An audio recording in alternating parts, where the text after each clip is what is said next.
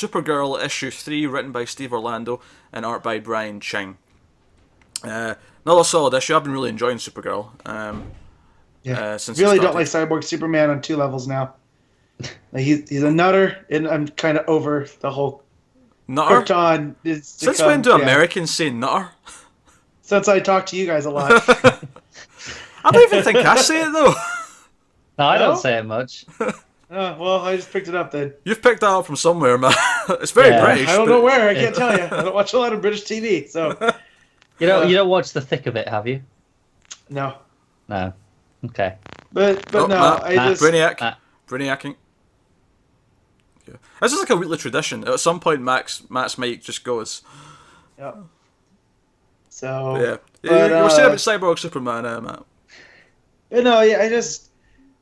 I'm kind of over Kryptonians wanting to bring Krypton to Earth. Yeah. I don't know if Man of Steel just really soured me on it. No, I think it's a legit thing where that's all Zod tends to want to do, and now Cyborg Superman wants to. At least here, though, I like the twist on it that he's essentially made cyborg zombies out of people, of Kryptonians. Well, I did love his utterly insane, we're going to bring them to Earth, and the people of Earth will be... And he holds up his arms, sacrifices. I think that's why I don't mind this as much, because it's not he wants to take over Earth and make it new Krypton. He kind of just wants the life force of the planet. Yeah. So, but I'm just kind of like, and I never was a big fan of Cyborg Superman to begin with in the New 52. Just that touch of making it Kara's dad, making him Zor-El. I think it's working better here, though. I think they're... Yeah, definitely. But I am enjoying it. Like, I read Kat here in the voice of... Calista Flockhart. Calista, and so Orlando's doing a great job there. Clearly he's aware of TV version. I love, I think Supergirl as well is written, she's a bit more obviously teenage angsty than TV Supergirl, but the way she reacts when I love that there's not even a moment where she's like, oh, I'm tempted to go along with this. No, you're crazy. This is an abomination. These people are robots and they're dead and they're zombies and that's not my mother anymore.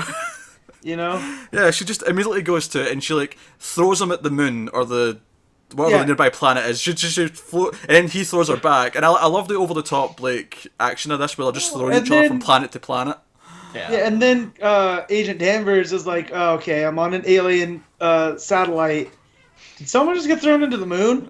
Okay. I also love how she just shows up. Yeah. That's great. I actually like the whole thing where they're debating at the start, the Danvers, because Supergirl's no, I'm going to, he's told me about, Argo City, I'm going to go there. And they're like, you really shouldn't. He's like, no, I'm going to go. And they decide to be supportive. To the point that when they're convincing our superior, I forget her name. DEO. DEO person. When they're convincing her, they actually kind of convince her and say, no, look, if we're going to be parents, we have to be supportive. She's never going to bond with us if we're just constantly telling her no to everything. Yep. But they convince her to let Eliza go with her. So she's on this little ship as Supergirl flies to Argo City, and she's there to sort of witness things, which I think works really well. It's kind of like how you always have human characters in a Godzilla movie because you need the human perspective on the stuff. Because even, don't get me wrong, we can relate and connect to Supergirl a lot more than we can something like Godzilla, because she's still a person with feelings and thoughts and so on. But there is an element of, no, we've got a regular human being who's watching these people flying back and forth to moons. This makes it feel big and epic. Yep, someone got thrown into the moon. Okay. Where do we go now? Yeah. Meanwhile, Kat's grilling the other intern for why Supergirl, or why Kara's not at the office. Yeah. And she's almost impressed that she's willing to be brave enough to stand her up and take the day off. Yeah. Which is also, I noticed you're not bouncing as much. She throws that at him. Because the last time. Yeah, because he was bouncing to give his answers in the auditorium. Yeah, it's not good. Also, I'm still loving the art. I think it's really fun and playful. Loving Kara's expressions. It also works really well for the action, like I said, when they're flying, punching each other to moons and whatnot. It makes it much more comical, doesn't it? Yeah, the giant beams of, light or, forces that are getting thrown, great stuff. No, I'm really really digging Supergirl. I think it's a lot of fun. But I think it's a lot of fun whilst also actually doing stuff with the character and like exploring it. Yeah. So I think Orlando's doing a good job there. But I love that Kara gets trapped in what is like this weird monolith thing where just her head's sticking out. It's like she's completely boxed in. Yep. Like it doesn't just go. Like it doesn't just feel she's in a box. It feels like it's solid and it's just like formed around her. So her head's just sort of peeking out and she's like held in place. But yeah, so we end with a big cliffhanger that Cyborg Superman's coming with his army of robots to Earth to basically steal life force from people. Because why not?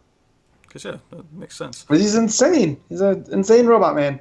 He is insane. He's like an insane cult leader who just also happens to be the embodiment of Kara's father and also be like a cyborg Superman. Well, he's science perverted. Just because it's like that line from Ian Malcolm in Jurassic Park. You're so preoccupied saying if you could, you didn't think if you should. You know, that's the essence of this Zor-El zombie robot.